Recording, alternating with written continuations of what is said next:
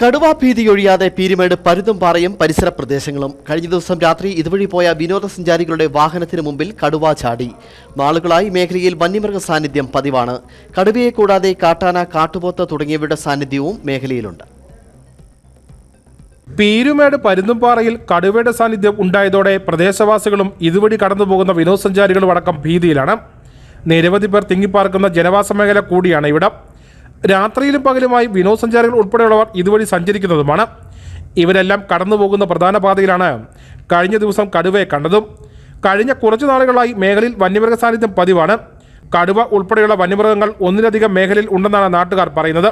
കാലമായിട്ട് ഇവിടെ ഈ കടുവയുടെ ശല്യവും മറ്റു വന്യജീവികളുടെ ശല്യവും ഇവിടെ ഏർക്കാനായിട്ടുണ്ട്. എത്രയും പെട്ടെന്ന് ഇതിന് നടപടി എടുക്കണമെന്ന് ഫോറസ്റ്റ് ഉദ്യോഗസ്ഥരോട് അഭ്യർത്ഥിക്കുകയാണ്. ഈ പാറയിൽ നിന്നാണ് ഇത് ചാടിയിട്ട് റോഡ് ക്രോസ് ചെയ്ത് ആ വഴി പുറത്തേക്കുള്ള വഴിയിലേക്ക് പോയേക്കുന്നത്. അതും പ്രൈവറ്റ് ആയിട്ടുള്ള സ്ഥലത്തേക്കാണ് പോയേക്കുന്നത്. അത് വിജനമായ വാഗമൺ, തേക്കടി തുടങ്ങിയ പ്രദേശങ്ങളിലേക്ക് പോകുന്ന വിനോദസഞ്ചാരികളിൽ ഭൂരിഭാഗം ആളുകളും പരുന്തുംപാറയിൽ എത്തുന്നുണ്ട്. കൂടാതെ മകരവിളക്ക് സമയത്ത് മകരവിളക്ക് ദർശിക്കുവാൻ നിരവധി ഭക്തരാണ് പരുന്തുംപാറയിൽ എത്തുന്നതും. നിലവിൽ കടുവയുടെ സാന്നിധ്യം വലിയ ഭീഷണിയാണ് ഉയർത്തുന്നതും. പ്രദേശത്ത് വളർത്തുമൃഗങ്ങളെ അടക്കം കടുവ മുൻപ് പിടികൂടിയിട്ടുണ്ട്. കൂടാതെ കാട്ടാനയുടെ ശല്യവും പതിവാണ്. കാട്ടാന ജനവാസ മേഖലയിലെത്തി കൃഷികൾ വ്യാപകമായി നാളുകളായി നശിപ്പിക്കുകയുമാണ്. ജീവനിൽ ഭയന്നാണ് നിലവിൽ ആളുകൾ ഇവിടെ കഴിയുന്നത്. ഇവിടെ കടന്നു വരുന്ന വിനോദസഞ്ചാരികളുടെ ജീവനും സ്വത്തിനും വേണ്ട നടപടി സ്വീകരിക്കാൻ വനവകുപ്പ് തയ്യാറാകുന്നില്ല.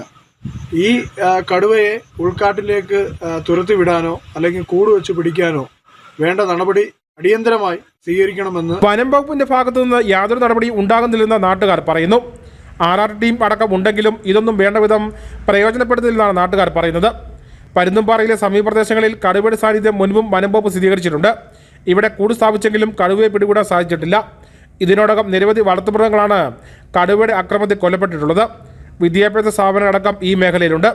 തേയിലത്തോട്ടങ്ങളിൽ പണിയെടുക്കുന്ന തൊഴിലാളികൾ പോലും നിലവിൽ ഭീതിയോടെയാണ് പണിക്കിറങ്ങുന്നത്.